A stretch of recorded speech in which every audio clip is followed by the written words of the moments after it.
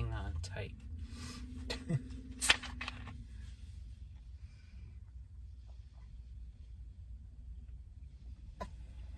Alright. Here it is. Again.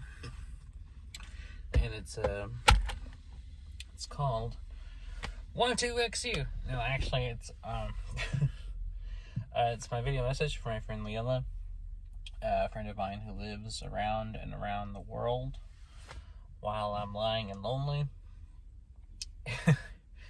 And as y'all can probably tell by my accent, I'm from the South. I'm Oklahoman, which is, for all intents and purposes, the South. And it's November. It's the 22nd, Monday, 2021. And today's message, Lilla, if you're watching this, is if you ever check out too many library books, and you got way too many of them, like, as in more than you could possibly read, the best advice I can give is to simply read as many of them as you can and then turn all the others. And be thankful if you got through like 3 of them.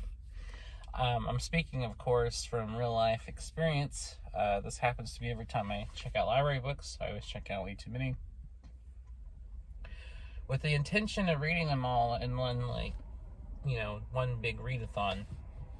But then real life intrudes, and I don't really read half as much as I would like to. I am reading more than I was, but that's still not nearly enough to read as many as I like to check out. It's definitely a case of my eyes being bigger than my stomach, figuratively. My appetite outweighing the realistic possibility of my reading. Yeah. So don't do that. Be better than me and don't do that. Because I always think I'm going to, like, oh my god, I want to read all 15 of these books. And when in reality, I get like 2 or 3, maybe 4. And they're overdue. And then I got to turn them in because they're 5 days late. And then I'm worried about late fees and all that stuff. Apparently, I heard some libraries have waived late fees, that they're no longer a thing. But the one here in my hometown, unfortunately, still fines people for late books. So, just another way that this town is stuck 40 years in the past. So, and it really is in a lot of ways. So don't do that. But yeah, I mean, I have been reading more lately than I have been. This year I've actually read more than I have in a while. Last year and this year I've gotten way back into reading. Last year I read 99 books, which is fucking crazy for me. I've never read that many. A lot of them were very short. That's how I got through so many. Most of them, in fact, were quite short. And this year I've also read a lot of shorter stuff. Not as short as some of the stuff I was reading last year, but pretty short stuff. I've been reading books of short stories. I've been reading short novels. I've been reading novella length work. And everything I've been reading is averaging between 200 and 400 pages this year. So I've been able to get through a lot this year, without having to really strain myself or bust my balls. The longest book I've read this year, without doubt, is Order of the Phoenix, because I reread Harry Potter every year. And yes, just to get it out of the way, no, I don't support J.K. Rowling and her views. No, I don't support her transphobic trash. I don't like her as a person. I don't have any use for her as a person. And I only reread them because I love the story, I love the characters, I love the actual books themselves, even if I don't like her. And yes, I'm aware there are some elements in Harry Potter that a few things here and there I do think are problematic. Nothing to the extent of transphobic shit, but yeah, that's how I see it. There's a few things like having a character named Cho Chang, which from what I've heard from Asian American people, is a very generic Asian name, the equivalent of someone named like John Smith or something very generic, like an English American person's name that. There's a few other things in there I find questionable, problematic, but I think overall it's a timeless story. The characters are very well written, very fleshed out. I like the story itself. I like the characters, and I like kind of the, Harry's journey, and I love all the side characters too. I think they're much better than Harry. Like pretty much every character I like more. I think Ron and Hermione are much more interesting characters, even if Ron infuriates me sometimes. I love the teachers at Hogwarts. I love the world and the wizard lore and all that stuff. So it's a case of divorcing art from the creator. Like, there's a lot of things I like. I don't necessarily like the person who made them. And this goes for writers, painters, a lot of composers, a lot of actors, directors, so on and so forth. So yes, I reread them. No, I don't like her. I don't read. I actually haven't read anything else by her since she came forth with this negative shit. I've ceased reading anything else by her. If she comes out with a new book, I don't read it. I don't buy it for sure because I don't want to support her. And the copies of Harry Potter Read Our Books are copies I bought long before this was even an issue. So no, I'm not buying new books. I'm not supporting her financially. I'm not trying to put any money in her pocket. I'm just simply revisiting books that I grew up with, stories I like, and characters I like. So yes, there's a lot of great art that was made by shitty people. Picasso was an asshole. He was a horrible, abusive man. He abused women and girls, and produced, from an artistic standpoint, some of the finest paintings I've ever seen. But it doesn't mean I like him. There's a lot of people like that. William Friedkin has made some excellent films in the 70s, even though William Friedkin was a horrible person and abused his cast and crew in the making of them. So yeah, I mean, it's a matter of just taking the work for itself and then divorcing it of the context of the creator. Because I'm one of those people, I feel like when you put something out there, it's no longer yours. It becomes everyone's. It's whether that's music, novels, movies, plays, visual art, whatever it is. When you put it out there, it's not yours anymore. It's the public. It's the people's. They can do what they want. So yes, and I separate art from artists in pretty much every respect. I won't support certain people financially, and I will go through different means and avenues of partaking in something, without supporting them in any way if I can. And so, yes. And as far as I've read those books my whole life, and I've never seen anything in them that that really has those kind of views. I've never actually read any, nothing I've seen in, and I could be wrong. Maybe I'm missing something. And if I am, I would want somebody to explain it to me. But I've never seen anything like transphobic or homophobic or anything in Harry Potter, even if its creator, it turns out, is a horrible, hateful person.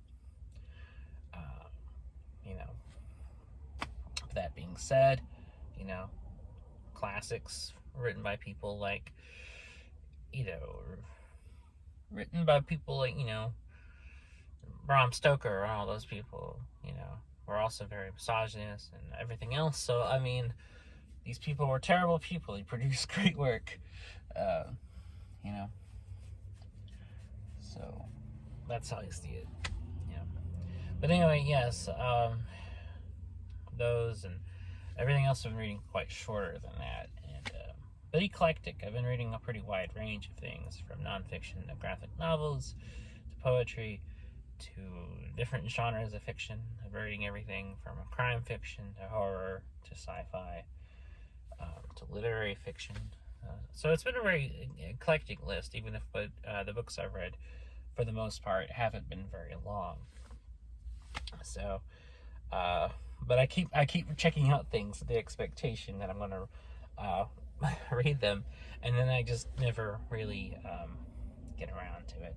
For one reason or another. Either it's because I'm doing errands all day, or I might not be in the right mood to read at that moment. Maybe I want to watch stuff on Prime or Netflix, or maybe I want to listen to music, instead of read, or maybe I want to go for a walk. I mean, I don't always. I love reading, and I love books, and I love to read, and I've been reading for many years. But that doesn't mean I want to read every second of the day.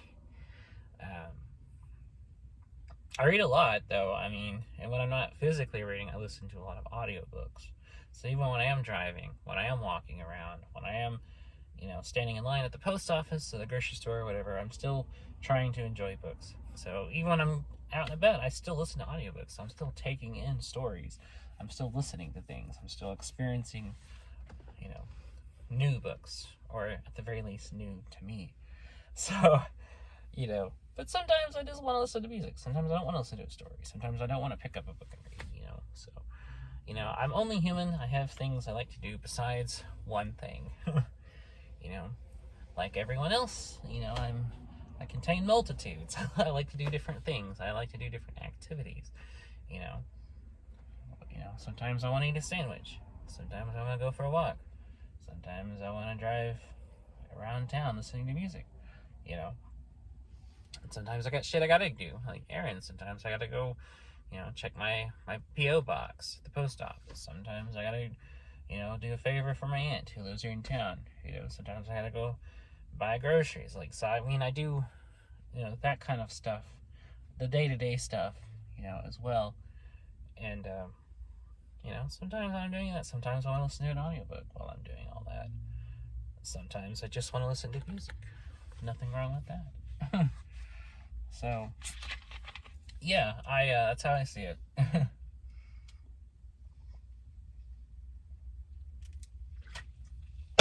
And sometimes I go through dry spells where I don't read anything for a while. I'm just not moved to read a book. Sometimes I love reading, but there's times when I go through phases where I really don't want to read for a while. I love books, and I'm generally a reader, but sometimes I just go through periods of time where that's just not what I want to do for a while. Sometimes I just want to binge watch a series, or watch a lot of movies for a while, or hang out with friends, or play music, or shoot YouTube videos. Different things, But generally, though, I do try to always be reading something, or at the very least listening to something. I listen to a lot of stuff on Audible. Audible has a lot of great stuff, including a lot of original content that's really good. I've checked out some of the original stuff, and I like what I've heard. And I try to keep up with new stuff by writers I like. And often I'm finding new writers, so that needs more things I gotta check out, and books I gotta read, and even writers alike. There's still a bunch of stuff by them I haven't even got to yet. So I'm always trying to find new stuff, or read books by people I like already, or discover new writers. And sometimes it's overwhelming. Sometimes I think there's just too many books. Like there's like, oh, I want to read that, and I want to read that, and I want to read that, and I want to read that, and like and that, and that, and that. And there's so many different things, you know. And and there's different things I like to read. I don't just read one kind of thing. I read a lot of novels, but I also read a lot of short stories, either single author collections or anthologies of different writers. Sometimes I like graphic novels and manga. Sometimes I like books of poetry. Sometimes I like nonfiction books. Sometimes I like, books on about a singular topic, like astronomy or something. Sometimes I like art books or books of photos or things like that, So I'm always like finding and reading new stuff, checking out new stuff. And I find new writers all the time I like, or writers that are famous but I never got around to that I get into. Like this year, for the first time I read I listened. I listened to an audiobook of Robin Cook's novel Coma. That's the first story I've listened to by Robin Cook, even though he's a pretty famous and a well-established writer. And it was a great novel, and I would definitely read or listen to some more of his medical thrillers. There's a lot of writers I've always known about, but I've just read stuff by this year, including Robin Cook, Ann Tyler, Ellie Marney. Who else? There's a few others that I've just discovered this year that for myself that are established. Those three for sure. Celeste Ng, whose novel Little Fires Everywhere is one of the best novels I've read this year. And who else? There's some other people I've discovered.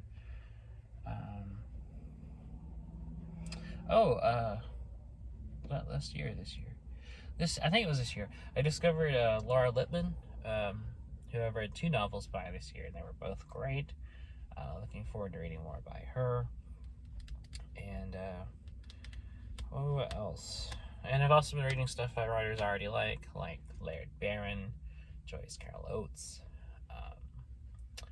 Greg Iles. Who else? I've been reading some familiar stuff too.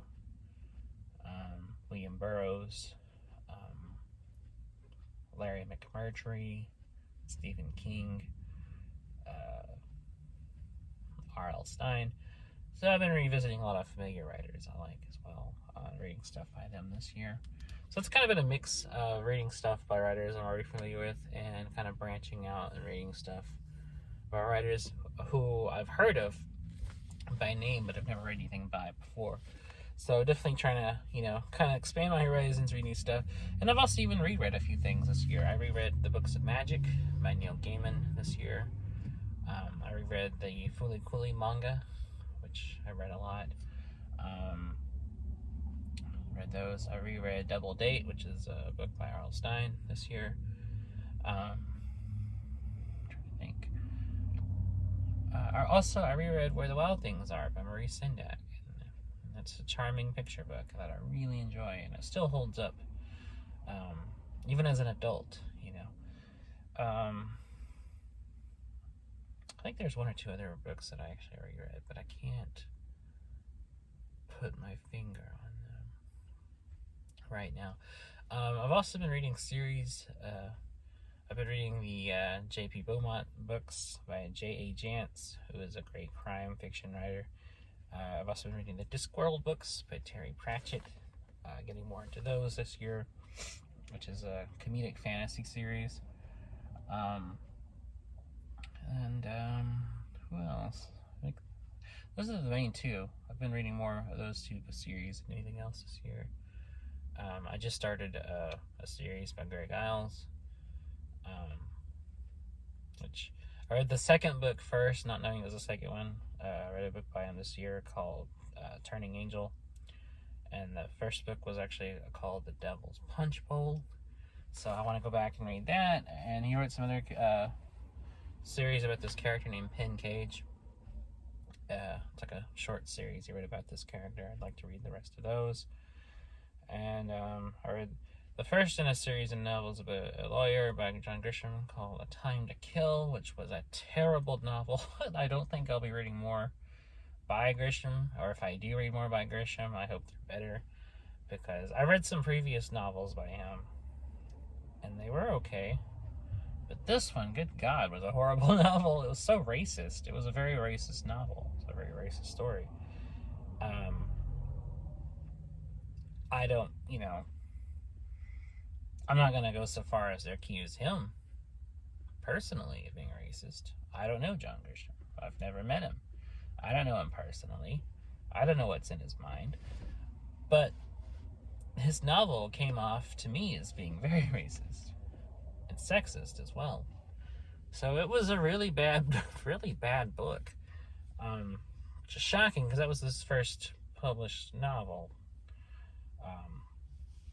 I think he definitely scaled it back, because everything else I read by him was stuff he published much later, and were actually much better novels.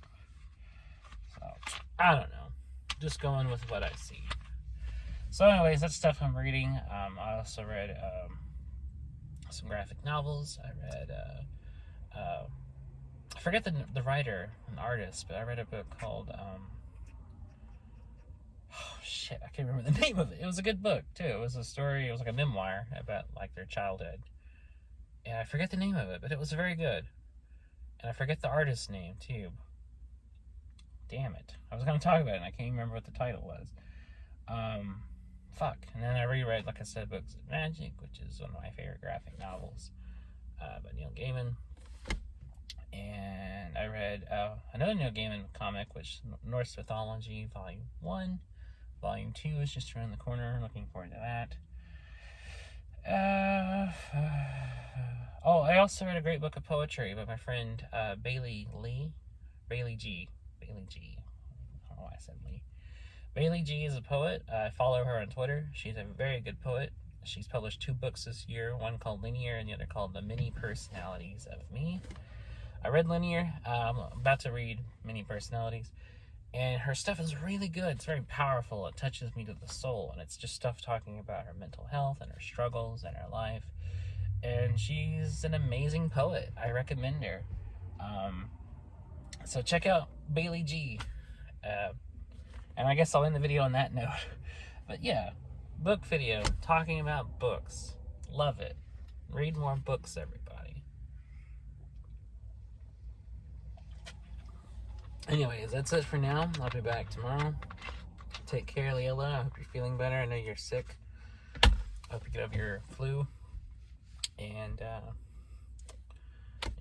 maybe while you're sick in bed, maybe if you have the strength, you could read a book. Then again, when I was sick in bed this year, I had a major summer cold back in, June. I didn't feel like reading dick. The reality of that was I felt more just like watching TV. That's all I did. So watch some good stuff on TV. Watch Bob's Burgers. It's a good show. Watch some Law and Order. Just find something. But anyways, thanks for watching, and I'll be back tomorrow. I'm definitely back to doing these videos on the daily as much as I possibly can. So keep your eyes peeled. That's a disgusting phrase. And I will see you tomorrow. Take care.